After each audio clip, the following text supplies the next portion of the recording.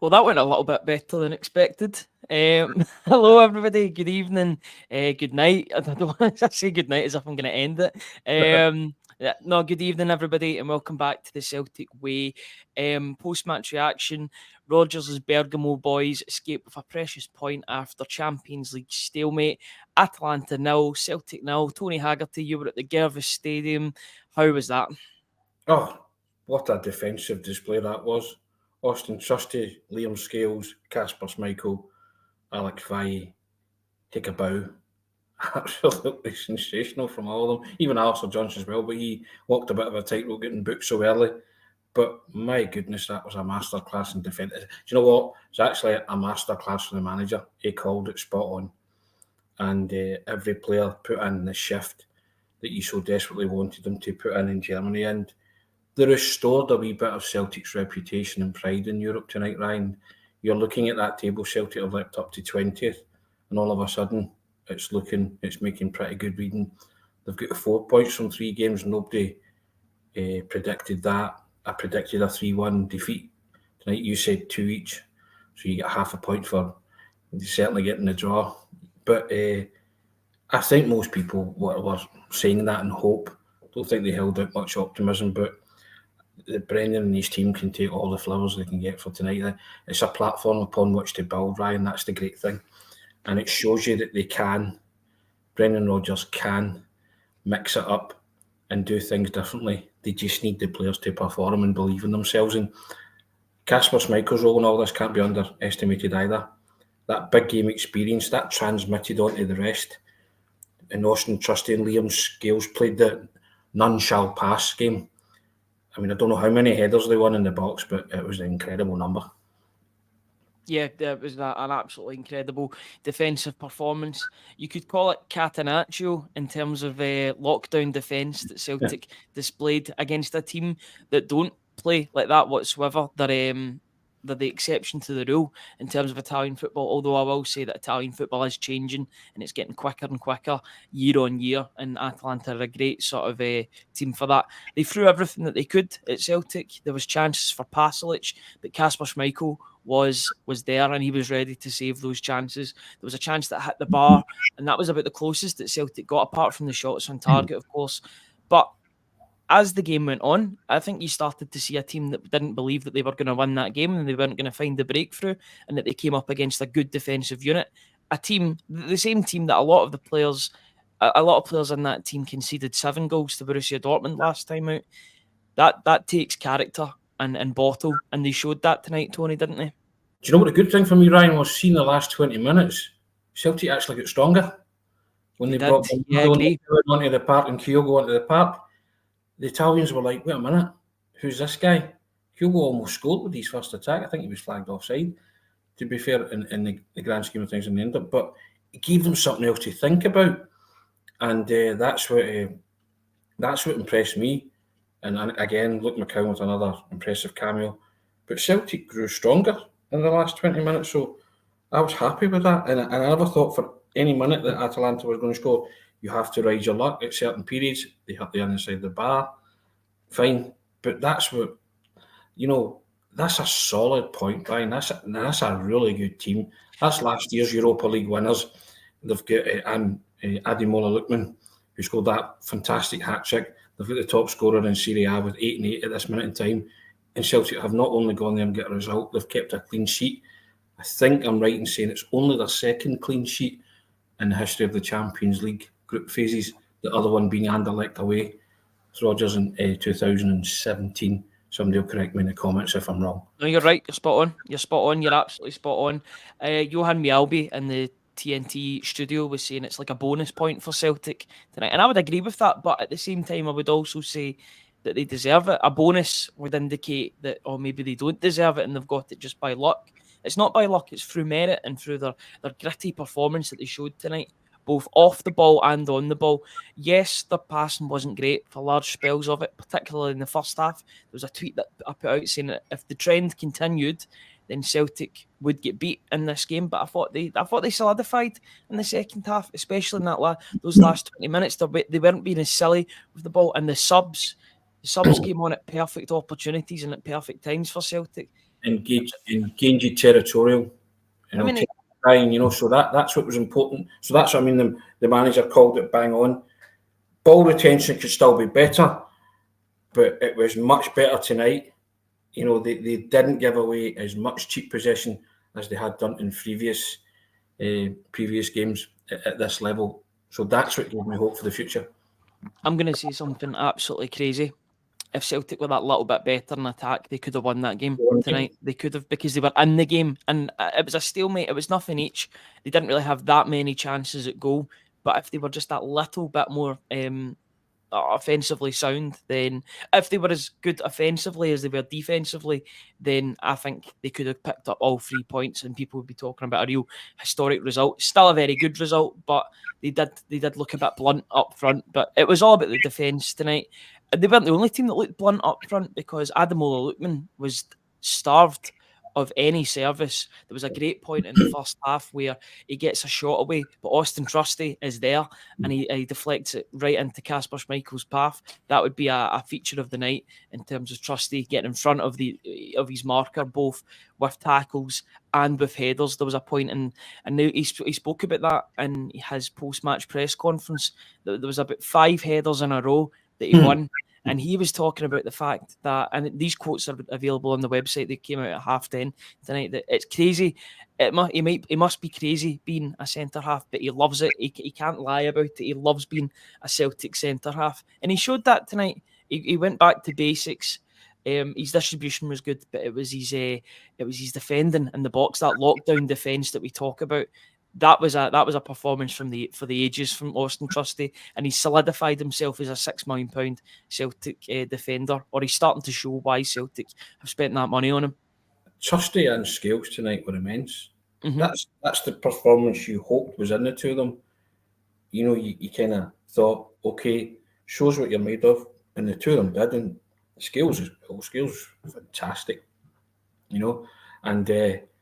and Vi, I thought, came of age tonight as well. Still a bit erratic at times, but he was trusted with a job to do tonight, and he did it. And he was getting a hard time at some points in the game, but he's come through it, and he's played a part in the defence who've kept a clean sheet in against Atalanta in Bergamo. Not many teams will do that, Ryan. It really is an achievement, and it's an achievement for these players who trudged off the park in Germany, a beaten and demoralised team. And it was, I think Rodgers said, it was kind of spirit sapping, didn't it? Saps your spirit. And I think tonight those players proved to themselves that they belonged at this level. Didn't have to prove it to anybody else, just themselves. They said, you know what, we're getting something from tonight. There's clearly, they've spoken about it after the events in Dortmund, and you can, hopefully by the end of this campaign, Ryan, you will turn around and say Dortmund was the aberration. They now have given themselves more than a fighting chance of qualifying from these games. And it's like they are now under what you would call a good pressure. They have pressure games where they've got back-to-back games at home with a full House Parkhead crowd roaring them on, Ryan, to get enough points to qualify in that top 24. Go and do it. That's it. You've set a high bar now. A very high bar. They could qualify in the next 2 games, if we're being perfectly honest, if they get 2 wins against Leipzig and Club Brugge, respectively. Now, Leipzig don't have a single point to their name. I think that's been one of the big shocks of the Champions League so far. They're a better team than what they've got on the board, and that's going to be a tough game for Celtic at Celtic Park. But it's getting set up to be a shootout between the two teams. It's going to be one hell of a night at Celtic Park. RB Leipzig under Marco Rosa, bringing Benjamin Sesko and all of Red Bull's stars with them. That's the next game, and it's a Champions League night under the lights. Celtic RB Leipzig's always a good game. That's been the case for the past 5-6 years, and that's the next game to look forward to. Celtic can put one hand on the next round of the Champions League with a win in that game, and that's due to getting this bonus point tonight against Atalanta. But where do you want to go and talk about, Tony? Because you were talking about Bailly, and I thought it was a real character-building performance from the young left-back. Not everything was perfect, but nobody was maybe apart from Schmeichel and Trusty, but even Trusty was making mistakes in the first half. But it wasn't a perfect performance from Bailly, but my goodness, he kept going till the end, right till the end. He played till the end as well, played the full 90 minutes. I think that's been the most I've been impressed with him since he's arrived, and the same for Trusty. And to do that in such a hostile atmosphere, away from home in the Champions League, to show your best performance yet for your new club. Bearing in mind they've only been here a little bit over a month now. Or just a little bit over a month, nearly 2 months now, to show that level of performance. They both deserve an immense amount of credit, and Brendan Rodgers did single them out after the game to talk about how well they did. Yeah, I mean, listen, we know Vai's got quality because he came from Barcelona's academy. We just had to see that, evidence of that. And that's a big call. I mean, obviously, Greg Taylor's injured, but Vai's been given that nod, Ryan, and he has gone out there. And you look, Alistair previewed the game this morning. He was talking up how good Atalanta were. And, for a young guy like that, you're thinking, these guys are prolific, and also as well, when you see the Atalanta players close up, it's the land of the giants. They're massive. They're absolutely massive. And they dwarf somebody like Vai. And, fair play to him because he stuck to the task. It was an onerous one at times. And he's passed that test with flying colours. That's what I'm saying. They've now set a really high bar here, Ryan, with that performance. That's a platform from which to go from strength to strength and to build upon. And Vai's part of that team. And it's no mean feat to shut Atalanta out in their own backyard. It really is, under Gasperini. And I think they just got demoralised at the end up and thought, this isn't going to happen.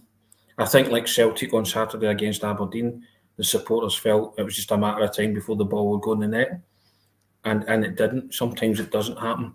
And that's as good a defensive display as I've seen from Celtic in a long, long time. And a cauldron with a team against a team of repute, basically. Mm-hmm. Does that feel like a win tonight, Tony? I don't know about you, but to me, it feels like a win, or as close to a win as you can get without actually winning a game. With the way that Celtic defended resolutely, I do. As much as I enjoy the attacking flair, and you get that domestically a lot of weeks with Celtic, and they've got players like Kun, Kyogo, Ida, Maeda, etc., that can hurt teams at will. Defensively, when you see a plan go so well for Celtic in keeping a team that have got goals splattered all over their team, top goal scorer in Italy. They've got Adamola Lookman that scored a hat-trick in a European final. They've got Pasalic that scores goals, even goals from their wingers and defenders. Did that feel like a win tonight, Tony, for you? Or was it just a little bit off a win? I think it's a little bit off a win because I would have liked to have seen Celtic being more of an attacking threat. But it's a... I think it's a morale booster. As I say, you contrast that to match day 2 when you're talking to guys in the mix zone and they're utterly demoralised. They're bereft, but somehow they have to find the words to speak to us, and you are asking questions and kind of, having a post-mortem, where did it all go wrong type stuff. Players don't want to be there in that kind of moment, but to a man tonight, they stood up. And you talk about these things, it's time to stand up and be counted. Callum McGregor even said it in the preview, we're sick of talking. We have to go and do it. And Celtic did it tonight. They turned up and they performed when it mattered. And they got a result upon which, from small acorns and all of that, it really is a fantastic platform to build upon, because you can get a result against Atalanta in Italy. You can get results against other teams, Ryan. You cannot now fear anybody in the games that are left. You've set your bar very, very high, as I say, and I think that will please the manager more than anything. Not only did they get a point, but they also got a clean sheet, and he also played in a way that was, you would say was very un-Celtic. Like, you wouldn't have. I think lots of people would have sat there thinking, that's a matter of time before Atalanta score. But as the game wore on, I was kind of thinking to myself, this isn't happening.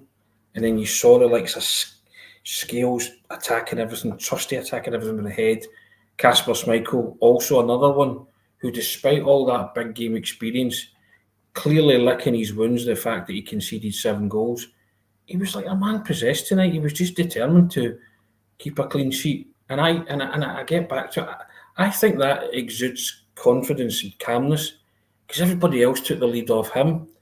Even if the balls did go over Trusty's head and Scales' head and guys were coming in, they knew safe as houses at the back. Kasper Schmeichel was on his mettle, on his game, and it was a joy to watch. It's a different Celtic performance from what we're used to seeing. But I've written a couple of things recently talking about defending being an art. And Celtic defended very well tonight. Now you can understand why it's called an art form. There is an art to defending. And again, you do have to ride your luck at times, but they did the basics right tonight, Ryan. Mm-hmm. They kept control of the football mainly. There was a few bits of cheap possession given away, but they were better with the football. They protected it, and they protected themselves in the process. Yep, absolutely. I just want to bring up this comment, and I can understand where Celt88 is coming from with saying that Kuhn was poor tonight. I think he didn't show much in an attacking sense, but I thought defensively he was absolutely sublime. Watching it on the TV, so I didn't get a full view of the game. But Kuhn's hard work, he has become a convert to the way that Dyson Maeda plays. Now, he wasn't like this when he joined Celtic. He didn't do the defensive work. He does it now, and you'll probably see it in the stats bomb report that I'll put out tomorrow. He'll be one of the top pressurers of the ball. I thought he was absolutely brilliant defensively tonight. It wasn't his best game one-on-one. He did beat his man a couple of times, but defensively, so mature. Really impressed with him. I think they were all taking the lead off each other, weren't they? Because I don't think any man wanted to let the team down tonight when they saw how it was going, and they were like, I want to play my part in this. This is going well. Let's keep it going. And when you're doing your game, you're also online and you're looking at various things. And apart from Rio Hatate's first pass, I think it went wayward. At least Rio Hatate defended a lot too, but he tried to get forward. He tried to break the lines. He was Celtic's best midfielder on the night, in my opinion. He tried to find Adamida at all times. And, Adamida, I thought, ran the channels really well. It gave them something to think about. His manager, i.e. Brendan Rodgers, was doing his nut at him a couple of times because the ball didn't stick. And then there was a couple of times he could have played an easy pass and he made a mess of it. But I'm willing to give Adamida the benefit of the doubt, and that's ring rustiness at that level. That's a real step up for a guy like Adamida. And you only get better by playing against that opposition repeatedly. But, he played his part. He held it up when he could. He ran himself into the ground. He tried to give Celtic an out ball, and he covered a lot of ground, and it was a thankless task because I can't remember the number 4's name, but he was a player for Atalanta. Is that Heen, the Swedish boy? Yeah. He is absolutely. Was he the one that was? It was a one-on-one between him and Dyson Maeda, and he caught up with Maeda, who was at full pelt. Yeah, he's a Swedish international. He looks like one hell of a player. He's going places. And he was just really elegant. And I just thought, and Adamida, tried as best he could. He brought his qualities to the table, but this guy's a class apart. He's a cut above. He's a bit of a bear as well. Yeah, he's massive. And Kolasinac is no slouch either. That's on the other side as well. And Jim City's good too. So you've got a good back three. So, and these guys were strolling forward at will. And you're looking at them and you're thinking, they're big. And you're thinking they're big, rugged stoppers. And then you're saying, no, actually, they're big, rugged footballers. They can play football. The game has changed, Tony, in that regard. You don't really get these destroyers or defenders anymore because the defenders that are that size and can play like that are playing in the top level. The ones that can't play with the ball at their feet don't play at the top level anymore. The game has changed in that regard. Yeah, and that's what struck me, that these huge guys were comfortable in that setup. Yep. Yet Celtic still went to the Jewish Stadium and got a point which nobody in their right mind would have said they would have got beforehand. Lots of people were being optimistic, saying 2 each, 1 each, whatever, but nobody would have predicted 0-0 at all. And for Celtic to get a clean sheet, it was astonishing as much as it's unbelievable, but they did it.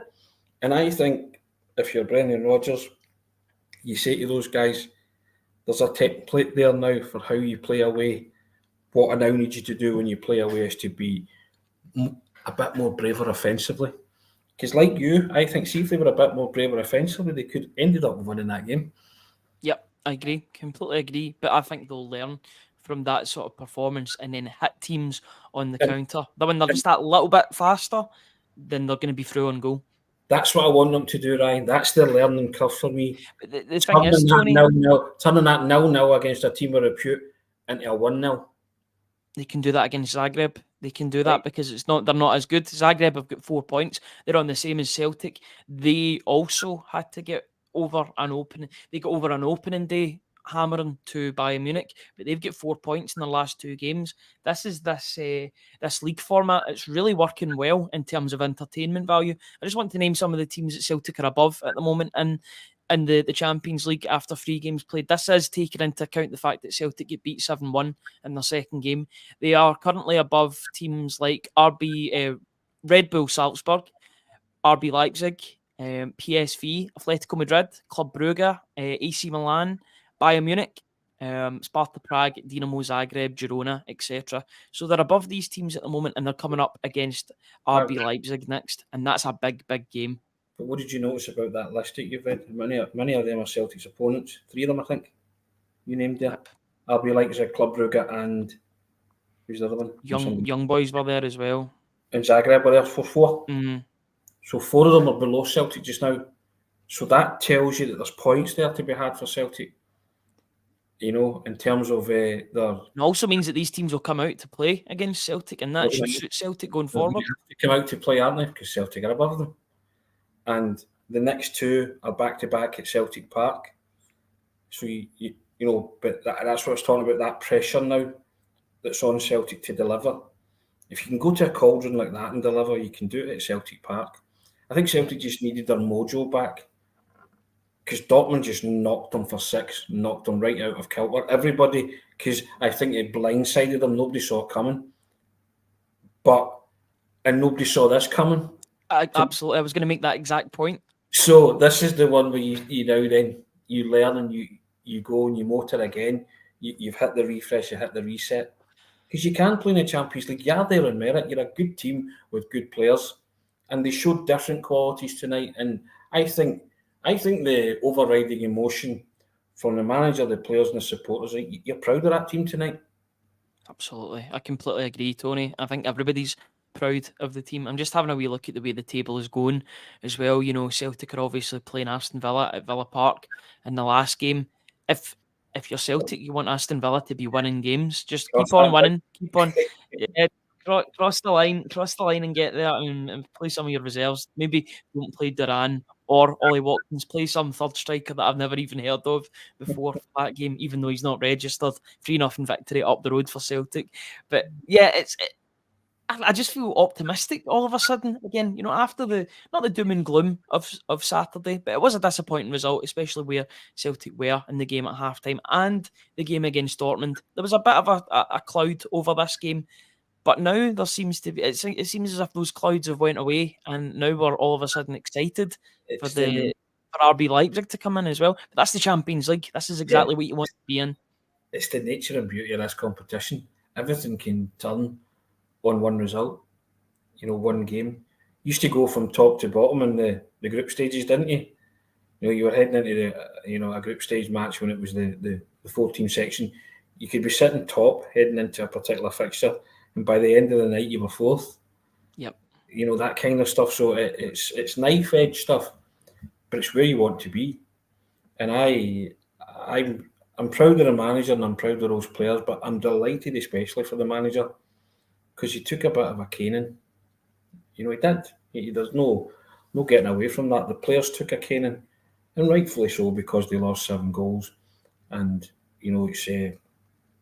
it's not great when you see a team of Celtic stature get turned over like that, like they did in Germany. But my goodness, they've kind of laid that ghost to rest. We hope, but that's a wonderful performance. That's one of Celtic's best away results in recent memory. The only one that trumps it's Rome, really, isn't it? Against Lazio. Yeah, I think maybe Spartak. Well, recently, I mean, you think of Spartak Moscow away from home, that was a good performance, and then Man City away from home. Although Man City did change a lot of their players for that game at the Etihad, I do remember.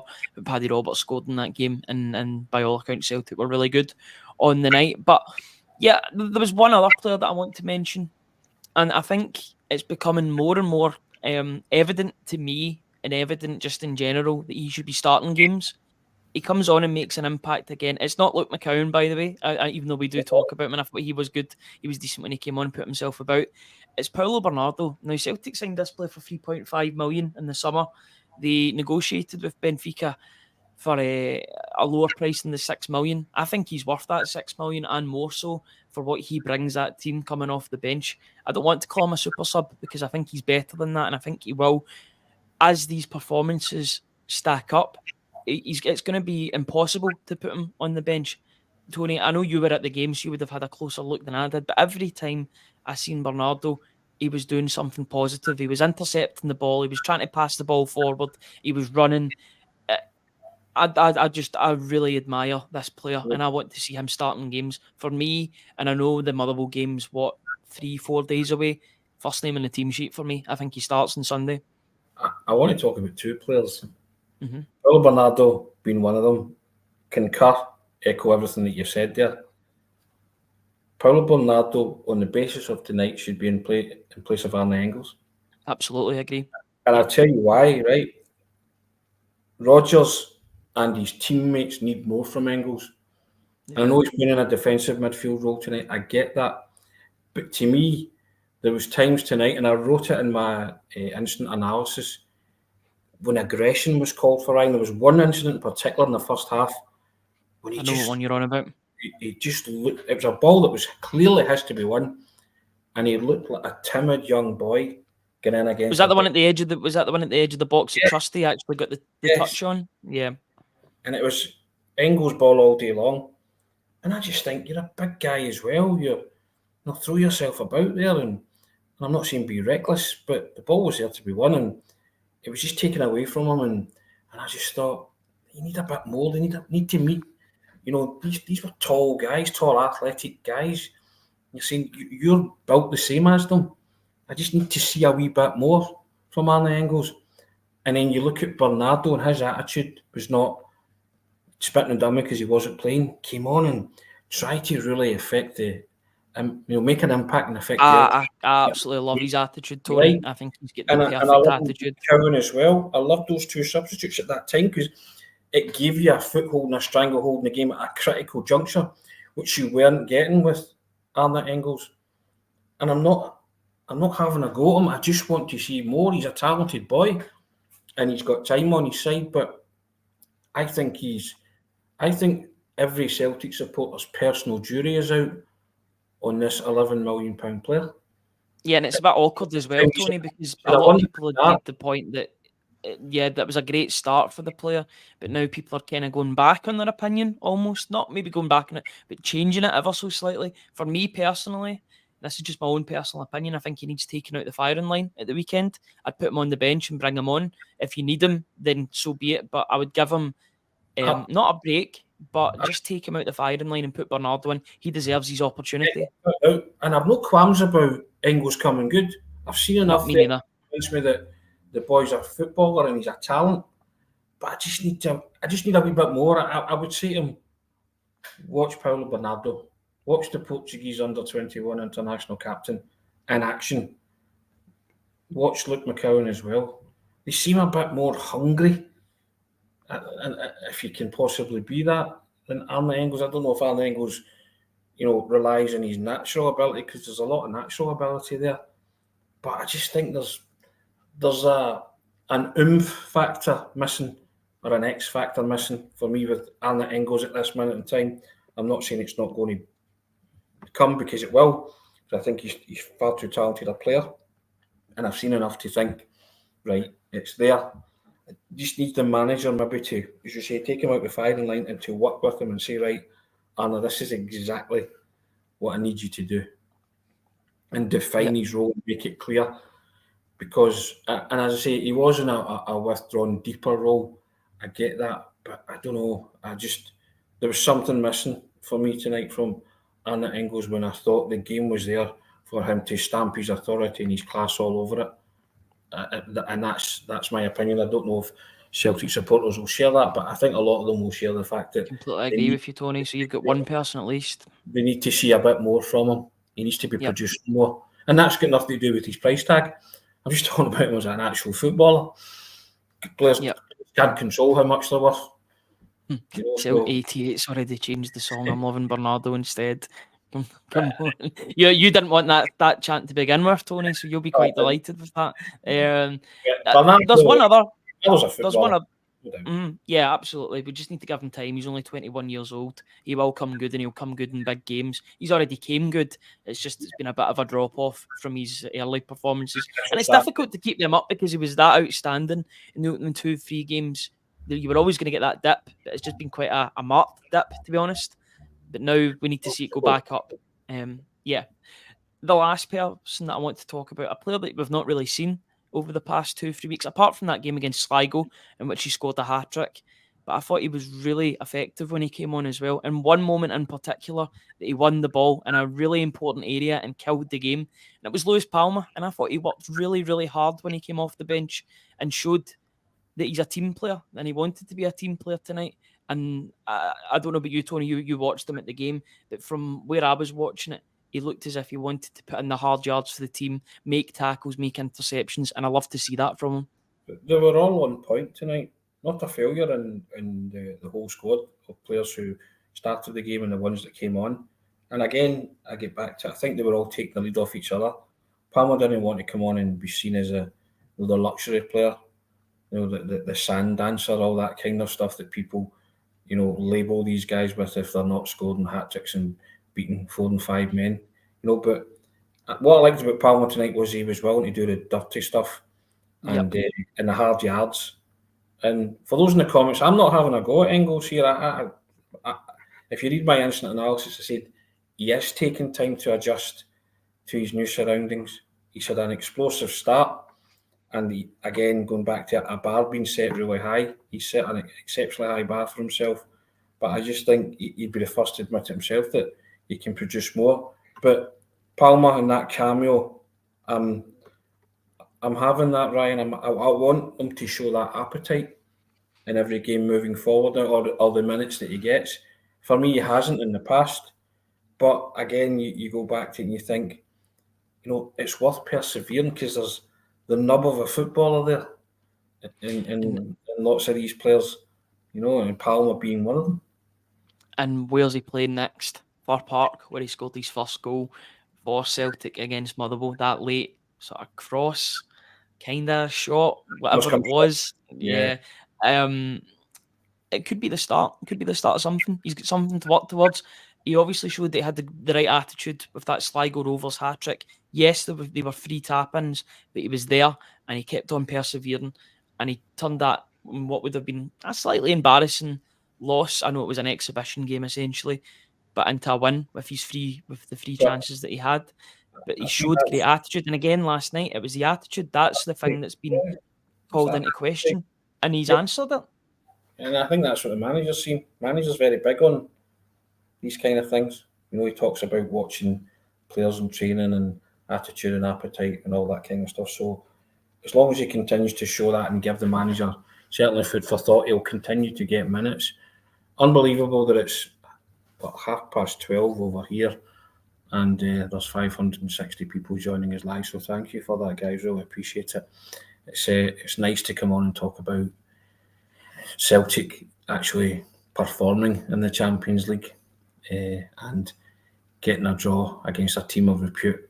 So I'm happy about that. I say the overwhelming emotion or overriding emotion is pride in that team and the manager tonight, and they deserve all the plaudits and credit they're going to get for a wonderful result. Yeah, absolutely. I think that's a great place to end it off, Tony. To be honest with you, I know it's 12:30. You'll need to be getting. You need to stop. You've been non-stop today, as have I. So I think we'll take a well-earned Yeah. rest after this. A little reminder that if you want to support us just a little bit more, you can support our work by joining our YouTube members channel. £2.99 a month. You'll receive early video access, priority comments, and exclusive members chat function. Click that join button next to the subscribe button. If you've not already pressed the subscribe button, we're so close to hitting 12,000 subscribers, guys.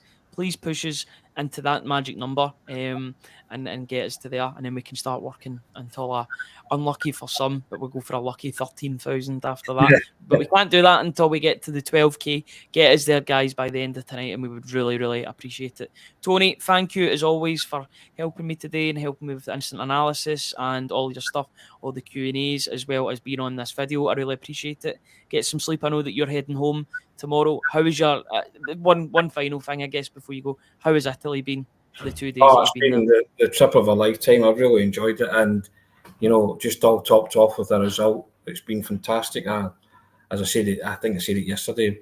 Bergamo's kind of captured my heart, but I love Italy as a country in general. But it's a wonderful place. I would certainly come back, and as an experienced go, I've enjoyed it. It's been a wonderful few days, but it's always, as I say it all the time, it's result dependent, and I think every Celtic supporter's proud of what was achieved tonight, and that's something to build on, Ryan, in this Champions League phase.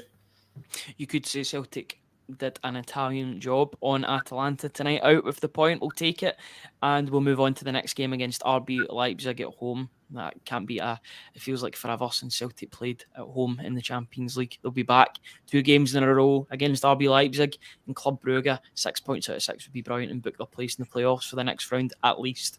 Thank you very much to everybody that's joined us at this late hour. We're sorry we were a wee bit later coming on. Thank you to everybody who watches this post live and they're catching up on the show. We really appreciate it.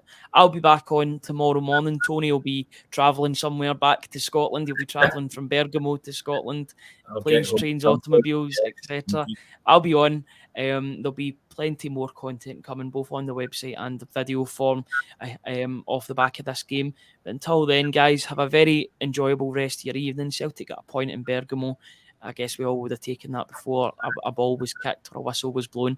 Thank you very much, guys, and I'll speak to you all tomorrow. Cheers.